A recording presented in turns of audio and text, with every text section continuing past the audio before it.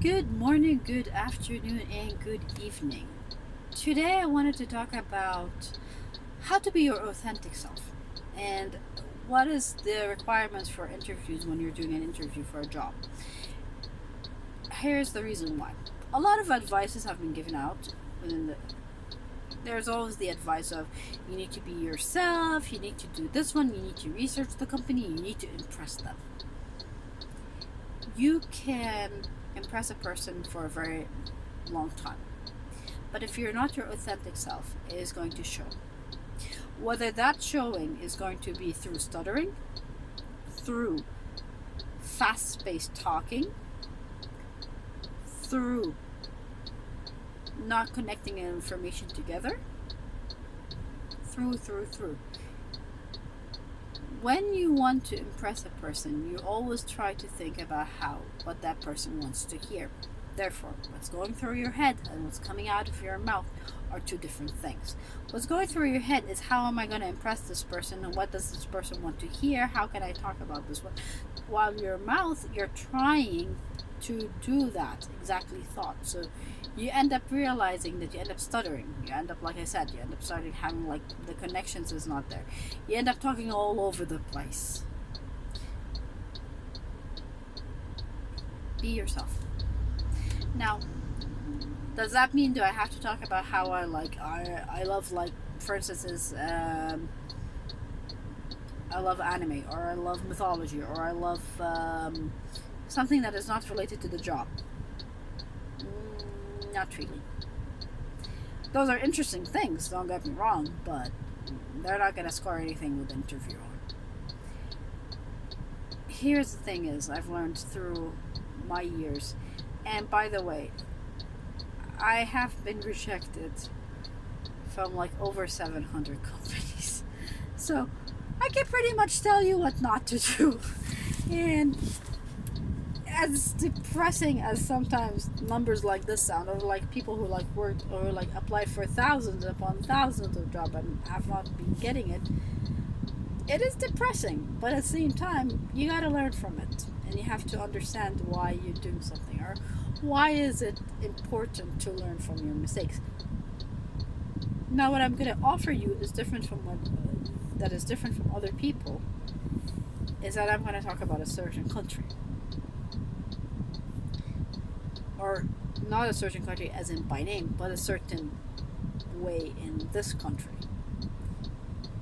Some countries, even if you might be the most qualified person ever, they do not care about your qualifications, they do not care about your skill set, they do not care about anything except for two things: how rich you are, who you are.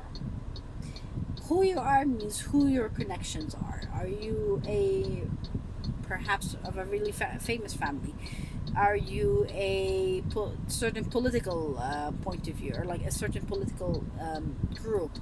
Do you belong to a certain military base or like internal base? Are you that person? That's all they care about. How do you know if you're one of these countries?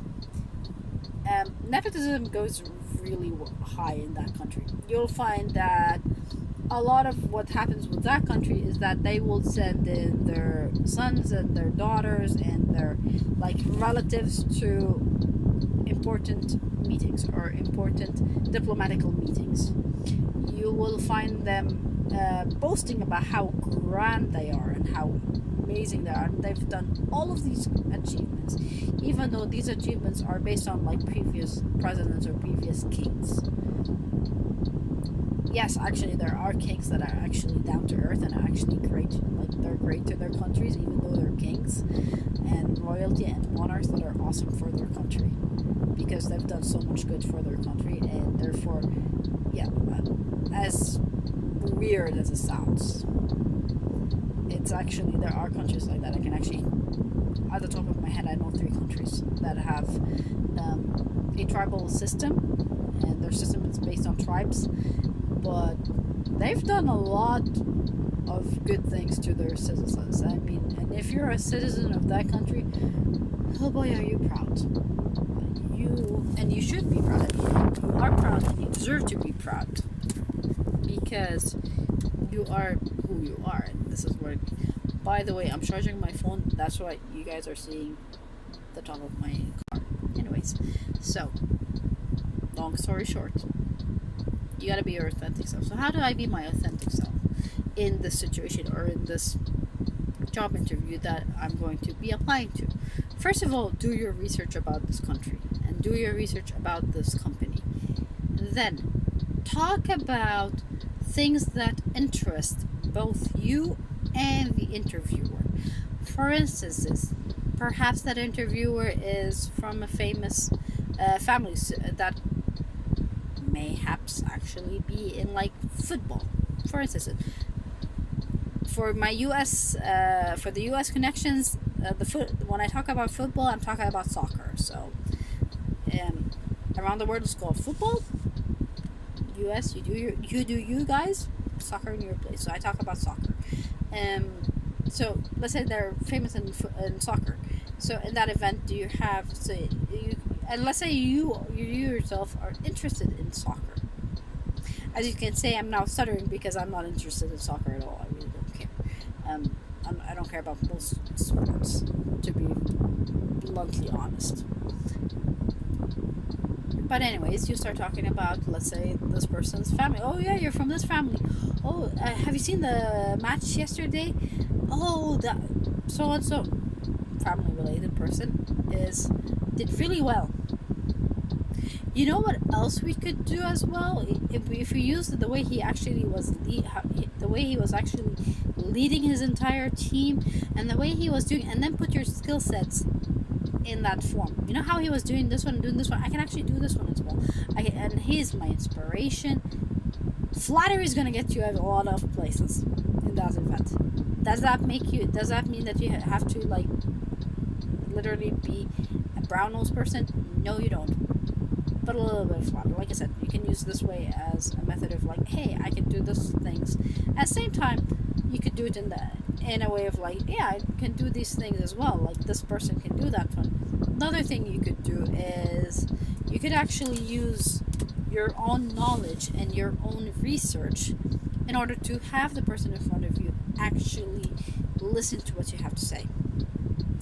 If you are an expert in human resources, for instance, or in instances you are an expert in economics, and the job that you're applying for is economics instructor.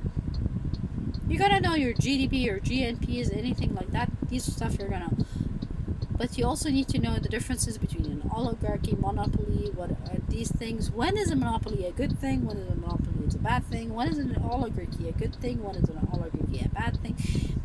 And I'm specifically using monopoly and oligarchy because they're stigmatized as extremely bad, and for a very good reason. They're very bad. Well, if you have an oligarchy or if you have a monopoly, but are there cases where they could be actually beneficial? And you can have a debate about that. You can have a debate whether it's good, whether it's bad. You can have a debate in a lot of things. If you're a marketing person, which school of thought you're in? Are you a Benetton's school of thought? Are you a Nike? Are you an Adidas? Are you a Reebok? Are you any of these other brands? And the reason why I'm talking about these other brands is because Benetton's method of advertising is unique, and it is spottable anywhere you can go. You're like, yep, that's Benetton. That is definitely a Benetton thing. Benetton does social experimentation and does a lot of social commentary. Whether the social commentary is about race, whether it's about religion, whether it's about the different countries, it always does a social commentary in its advertising, regardless of what the advertising is. One of the oldest thing they did where they had a picture of a dark-skinned hand and a light-skinned hand in handcuffs, and the question beneath it was, who's the criminal, who's the cop? And it made you have to reevaluate yourself to think truly, well, what's this one? If you think it's the dark skinned person, why do you think it's the dark skinned person? If you think it's the white skinned person, why is it the white skinned person? Are you trying to say that all that type of skin? That's Benetton.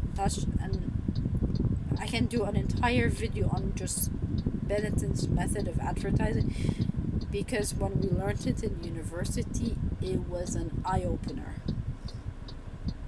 It had us just sit down and think about a lot of things and go like, oh my god, yes, that makes sense, that now makes sense.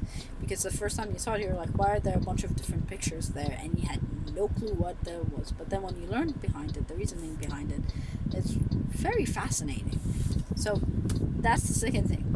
Now that I've went in a tangent about Benetton, let's say you're talking about an advertising agency. You can talk about how, like, Benetton is something you look for, and you try to not imitate them, but you're inspired by them, and you try to be able to do the same things that Benetton does, or perhaps the just do it. Like, we all know this meme. It's just the just do it memes, like just do it, and other memes as well. Again, in the end, you gotta be yourself, but at the same time, you gotta be a smarter version of yourself. Hope that helped you. Looking forward to seeing you next time. Bye bye.